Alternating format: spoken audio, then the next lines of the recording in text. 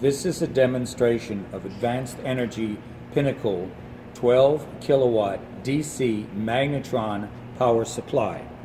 It has a fast arc response, a 4-to-1 impedance range, and a maximum power output of 12 kilowatts.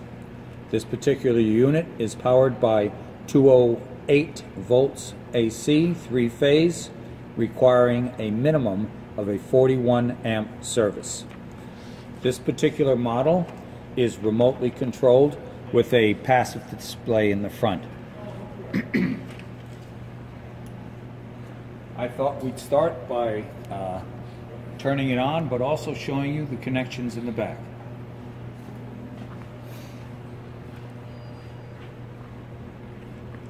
First, this is the input power, the 208 3-phase. This particular model, though, requires a 5-wire service with a dedicated neutral. So you can still have a 5-wire system through a cable, or you have to make sure you supply a dedicated neutral. Once installed on your site, this would be the cover that comes along with it that also fits around there. The output, this is the accompanying, now this is not just the cover, this is the actual plug that goes in and out to your load or your chamber or whatever you're using for this particular unit. It also comes with a special grip connector as well. Now, several interlocks that have to be satisfied. First, we're going to turn it on. You'll hear the 2 fans come on, but this one is the first interlock.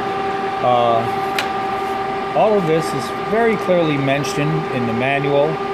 There's the contactor interlock, which is this one here, so that has to be in place, and this comes with the unit. But that's still not satisfied. And then, since this is a remotely controlled unit, it would either be controlled by a sister front panel from Advanced Energy that would plug into the remote plug right here, or by the user port here. Now, this is our simulator that we made for our demonstration, and we use it with other Pinnacle units like this as well. Now, if you listen, the minute I plug this in, you'll hear the relay click. If I remove it. So it's important to remember that unless your interlocks are satisfied, the unit will power up, but the output power will not come on. And remember your little contactor interlock here. Now, if we move around the front, as I had mentioned before, this is a remotely controlled unit, and there are 3 different ways of controlling it.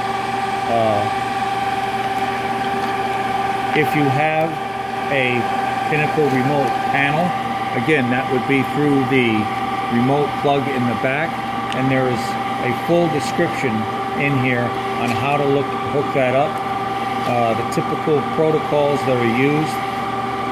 The next one is the user port, which is the one that we're going to use today, and then there is still using it as the serial port, which is somewhat of a standard RS-232 type of communication.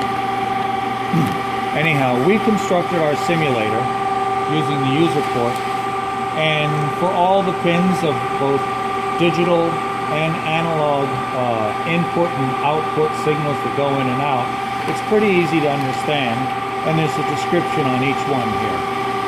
For purposes of our demonstration, we built our unit here, and we've also installed these test points here. The input, the way, even though it's a very elaborate machine, it's very simple to understand.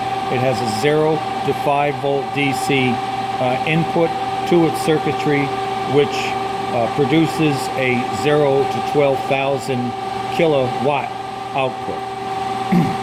The way we turn this on. Now notice in the front, we have our power on, and we have our interlock satisfied. If those interlocks were not satisfied, this light would not be on, and you could not go any further. Now also, this in the display here, when you are regulating, this unit can regulate power as wattage, voltage, and current as amps. The display is right here, but you control it from here or whatever remote system that you have.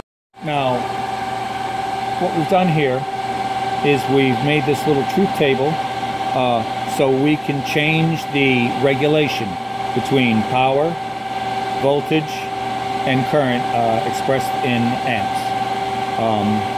If we flip these switches, you might have heard a relay click on in there.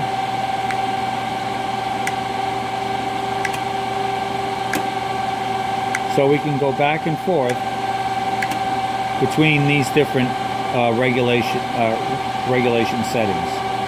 For now, I'm just going to put it back in power.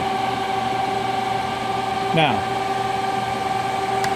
to start, we turn our RF on, and we push our RF start button,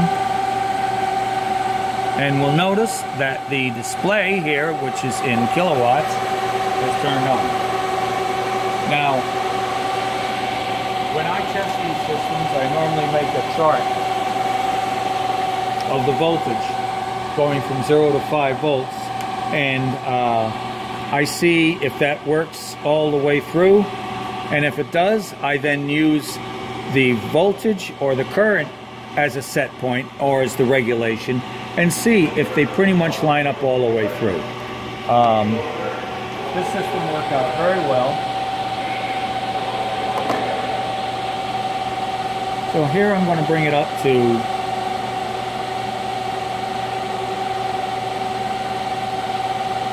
1 kilowatt. And we're about 1.49 as our input signal. I don't quite remember what that was. 1.54, 1.56, that's about the same.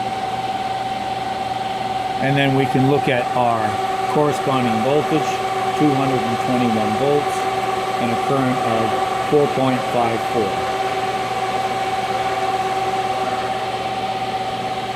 Now we'll step our way up.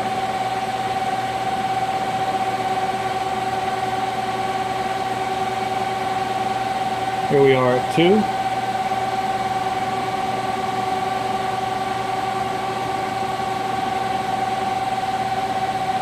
3.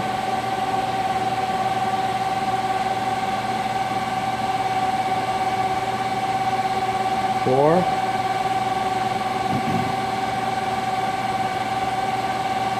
5.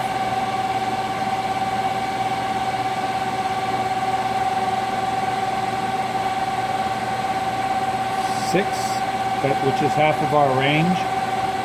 I'll just do a quick check to see where we are. And 6, 3.5. I was getting 3.5 volts. 3.55. That's pretty good. And 533. 524. 11.3.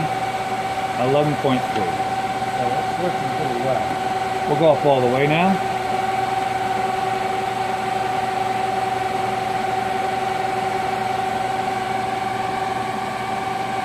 Seven. Oop. Slow down a little bit. 8.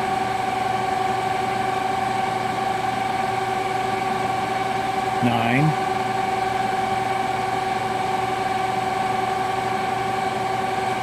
10.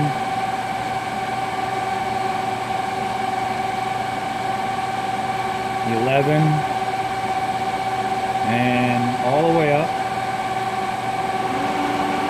to 12. That's a good sound.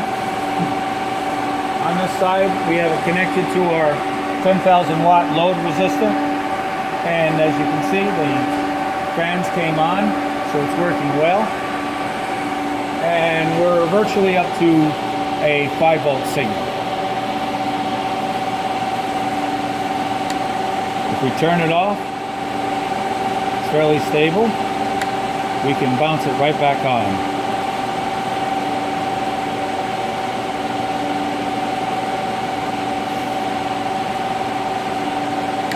Also, it's important to remember that when this thing is putting out its full output, it is input-wise pulling maximum current.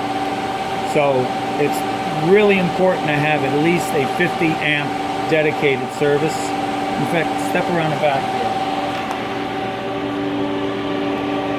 If I put this amp probe on here very carefully, all right.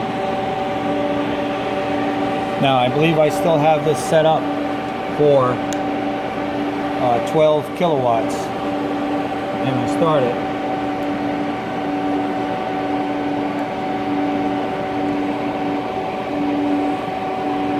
What do I do? Stop. Alright, I've set up my amp probe here, and we still have this set up for a full 12 kilowatt output. So if I turn it on and we look at the amp probe, it's up like 39. So it pulls a lot of current. So it's very important to have a service that's capable of handling this. And hold on, I'll just turn it off. There you go. So we'll just turn this on one more time. And we'll bring it all the way back down.